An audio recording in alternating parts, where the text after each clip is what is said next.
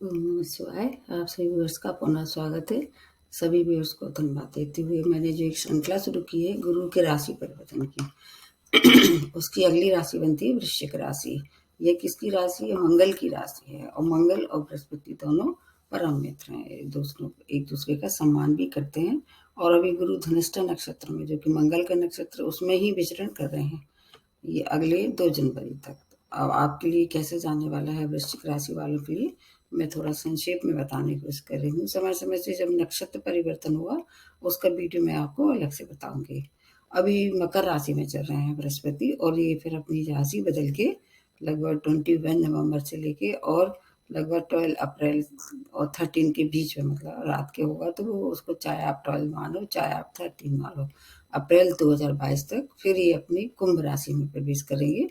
ऐसा माना जाता है कुछ विद्वानों के अनुसार कि इसमें अच्छे फल देते हैं।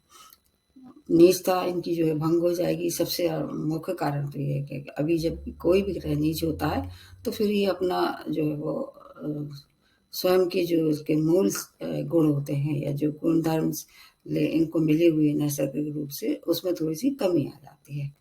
वैसे तो नैसर्गिक रूप से बृहस्पति शुभ ग्रह में इनकी गिनती है। हमारे जीवन को बहुत से क्षेत्रों को ये प्रभावित करते हैं। ये मान के चलिए कि जीवन रूपी जो धूप है उसमें ये छाया का काम करते हैं। आकाश तत्व के स्वामी है और इनका जो प्रभाव होता है जीवन पे और जरा सा भी जो परिवर्तन होता है बहुत व्यापक होता है। ये लंबे समय तक अभी लगभग रहेंगे, 141 से 143 दिन के लगभग रहने वाले हैं। फिर ये अपनी राशि बदल के फिर स्वयं की जो मेरी राशि उसमें प्रवेश करेंगे। वो समय आगे का क्या होगा उसके बाद में बताऊंगी। अभी मैं थोड़ा सा बृहस्पति के बारे में बता देते हैं। बृहस्पति नैसर्गिक रूप से शुभ ग्रह हैं, आकाश तत्व के स्वामी हैं, देवता के गुरु हैं। बृहस्पति किसी का बुरा नहीं करते हैं, हमेशा अच्छा ही करते हैं। नीच राशि में भी ये इनको अशुभ परिणाम नहीं मिल रहे होंगे। नेटल चार्ट में अगर स्थिति अच्छी है तो उसका ज़्यादा प्रभाव नहीं आपके ऊपर जीवन पे नहीं पड़ता होगा।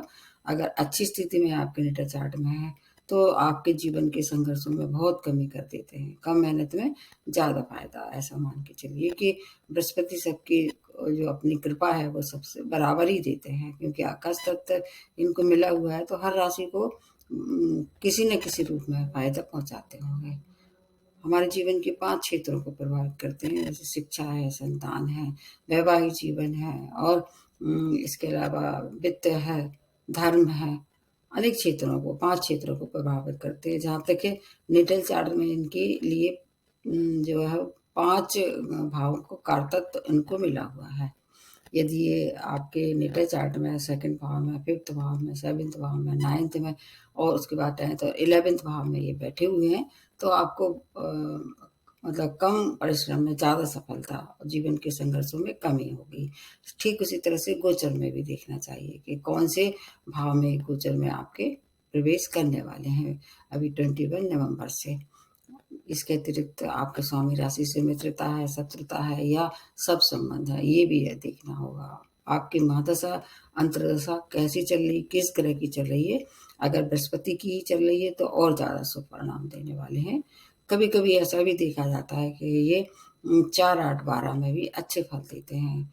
और अपने हर एक के लिए ये जो है शुभ अशुभ अलग होते हैं। अगर 4, 8, 12 में होते हैं तो ये अध्यात्म रुचि, मतलब जो मोक्ष भाव है उसको जागृत कर देते हैं। तो जो ऐसे जातक जो कि अध्यात्म में रुचि रखते हैं उनके लिए ये इतना महत्वपूर्ण समय होगा कि फिर उसके आगे जितनी भी सुख समृद्धि है, जितनी भी संपन्नता है, सब फीकी पड़ जाती है। अगर कोई डीप मेडिटेशन में जाए या गुरु की कृपा उस पर हो जाए तो ये सब आपको देखना होगा कि आपके नेत्र चार्ट में कहाँ प्रवेश कर रहे हैं। और इस दौरान ये क्या करेंगे, 3 नक्षत्र से गुजरेंगे। जैसे कि मैंने बताया अभी आपके ही नक्षत्र में, जो कि धनिष्ठा नक्षत्र है, इसमें प्रवेश करके 2 जनवरी तक रहेंगे।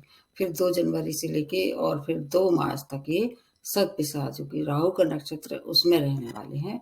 और लास्ट में फिर ये 12-13 अप्रैल तक कहाँ रहेंगे, आपके ये खुद के नक्षत्र में, पूरा भाद्रपद नक्षत्र।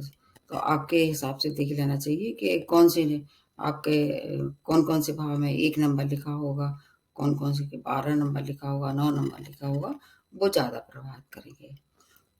वृश्चिक राशि वालों के 2 और भाव को ये उत्तरदायित्व रखते हैं। 2 इनके मतलब भाव और हैं, हर एक राशि में है ऐसे, तो उसमें वृश्चिक राशि का है, एक सेकंड भाव है, एक आपका एक 5th भाव है। तो ये दोनों बहुत अच्छे भाव हैं, इनको भी एक्टिवेट कर देंगे। आ रहे हैं आपके 4th भाव में आ रहे हैं, अभी 3rd भाव में चल रहे हैं, उसके बाद 4th भाव में है। ये 4th भाव वैसे तो इनका कारक नहीं माना जाता है। कारक जैसे मैंने बताया हर एक के लिए अलग-अलग देखना होता है, लेकिन कुल मिला के ये कि ये भाव केंद्र भाव है, मूल त्रिकोण या केंद्र भाव, ये भी अच्छे माने जाते हैं। तो ये केंद्र भाव में आ रहा है 4थे भाव से। क्या देखते हैं हम? भूमि, वाहन, आपका आपकी जो सुख समृद्धि है, माता है, आपके नेटिव लैंड है, ये सब 4th भाव से मिला के देखे जाते हैं। तो जब ये आएँगे तो इस भाव को क्या कर देंगे? एक्टिवेट कर देंगे। हालाँकि ऐसा माना जाता है कि जिस भाव में ये बैठते हैं, उसके भाव को नष्ट कर देते हैं या उसकी शुभता में थोड़ी-सी कमी कर देते हैं। लेकिन गुरु हैं, ये किसी का विनाश नहीं करेंगे, ये तो आप मान के चलिए। 4th भाव आपका सुख समृद्धि के साथ-साथ आपके प्राइमरी एजुकेशन का है, आपके माता की हेल्थ अगर कहीं गड़बड़ चली आ रही थी, उसमें आपको सुधार दिखाई देगा। और इस तरह अगर केंद्र भाव मिला के देखें, आपको पूरी सत्ता प्राप्त होगी। इसके अलावा परिवार का पूर्ण सहयोग आपके साथ रहने वाला है। घर से, वाहन से अगर आपने पहले से प्लानिंग की तो आप इस समय खरीद सकते हैं। लेकिन क्या है, आपको इस दौरान जब ये 4th भाव में जब तक ये रहते हैं, तो आप जो भी घर खरीदें, वहाँ हवा-पानी का आपको विशेष ध्यान रखना है। कोई भी ऐसा घर नहीं खरीदना है जहाँ पर हवा और पानी का मतलब जैसे कह सकते हैं वेंटिलेशन सही ना हो। सूर्य का प्रकाश वैसे जीवन के लिए बहुत महत्व रखता है, तो इसलिए ये भी देख लेना होगा। 4th भाव में जैसे ही ये प्रवेश करेंगे, तो आपके बहुत से रुके हुए कार्य 4th भाव से रिलेटेड होंगे, वो पूर्ण होना शुरू हो जाएँगे। इनकी 3 दृष्टियाँ देखते हैं कहाँ-कहाँ पड़ेंगी। इनकी जो 3 दृष्टियाँ हैं, वो एक आपके अष्टम भाव पे पड़ेगी, एक आपके दशम भाव पे पड़ेगी और एक आपके 12वें भाव पे पड़ेगी। तो इस तरह से हम नेटा चार्ट में मिला के देखें, 2 भाव इनके खुद के हैं, 1 भाव इनका जहाँ ये गोचर करेंगे और 3 दृष्टियाँ हैं। ये सब भाव एक्टिवेट हो जाएँगे। हमारे जीवन को बहुत सी चीज़ों को ये आपको फ़ायदा देंगे इस दौरान। क्या-क्या फ़ायदा देंगे ये बताते हैं। जब ये इनकी दृष्टि का आकलन करें तो आपके अष्टम भाव पे दृष्टि पड़ेगी, तो आपको समुद्री यात्राएँ, गुप्त धन की प्राप्ति, ससुराल पक्ष से अगर कोई अनबन चली आ रही थी, तो कुछ न कुछ वहाँ पर आपको अच्छी सूचना प्राप्त होगी। या तो उनसे संबंध अच्छे हो जाएँगे या कुछ फैसला हो जाएगा, जो आपके पक्ष में होगा। तो अष्टम भाव को जब एक्टिवेट करेंगे, आपको केवल इतना ध्यान रखना है कि चोट-चपेट दुर्घटना के आप ड्राइविंग करते हैं, तो उसका थोड़ा-सा आपको ध्यान रखना होगा। अनुसंधान से जुड़े हुए लोगों को ज़्यादा फ़ायदा होगा। विदेश में कोई काम अटका हुआ था, तो वो पूर्ण हो सकता है। एक्सपोर्ट-इम्पोर्ट का कार्य भी अगर आपने पहले से प्लानिंग की थी, अब और ज़्यादा इसमें विस्तार होगा। उससे आपको धन लाभ होगा, क्योंकि 2nd भाव के स्वामी है, जो लाभ भाव है। तो एक्सपोर्ट-इम्पोर्ट से व्यापार अगर थे, व्यापारी हैं या विस्तार करना चाह रहे थे, तो उससे आप धन कमा सकते हैं। अनुसंधान में ऊँचाइयों तक आपको प्राप्त होगी। गुप्त विद्याओं के आप ज्ञाता हो जाएँगे और एक से ज़्यादा भाषाएँ अगर आप कोशिश करें, तो इस दौरान आप एक से ज़्यादा भाषाएँ भी सीख सकते हैं। अष्टम भाव को जो मोक्ष भाव है ये, अगर आपका अध्यात्म में कोई रुचि बन रही थी, तो आपको उसमें कुछ तरक्की दिखाई देगी या कुछ न कुछ उसमें आपको गेन मिल सकते हैं और ज़्यादा अगर प्रयत्न करें। दूर की यात्राएँ कराएँगे, वो देश और विदेश की हो सकती हैं। एक दृष्टि इनकी कहाँ पड़ेगी? आपके दशम भाव पे। ये किसका? आपका कार्य क्षेत्र, करियर का भाव है, तो करियर में ऊँचाइयों तक पहुँचाएँगे। जॉबलेस को जॉब की प्राप्ति हो सकती है, जॉब में प्रमोशन था अगर ड्यू तो वो हो सकता है, बहुत से सराहना हो सकती है। आपके सहपाठी जो है, जो सहकर्मी जो थे, उनसे आपका विशेष सहयोग प्राप्त होगा। मतलब ऐसा कोई भी कार्य नहीं होगा कार्य क्षेत्र से जुड़ा हुआ, जो आपके पक्ष में ना हो। और आपसे उसमें क्या होगा, आपका ग्रोथ के साथ-साथ आपको धन का भी फ़ायदा ये कराने वाले हैं। अगर आपने विदेशों में अप्लाई किया था, तो हो सकता है कि अब विदेशों से भी आपके संपर्क बढ़े और नए-नए संपर्कों से आपको धन कमाने का मौका मिलेगा। ये सबसे अच्छी बात है। दूर की यात्राएँ हो सकती हैं और इसके बाद फिर एक और भाव को एक्टिवेट करते हैं कि जो कि 5th भाव है, आपका संतान का है, शिक्षा का है, आपका शेयर का भी है और इसके अलावा आपके प्रेम प्रसंगों का है। तो आपका अगर प्रेम प्रसंग कोई पहले से चला आ रहा था, इस बार विवाह में परिणत हो सकता है।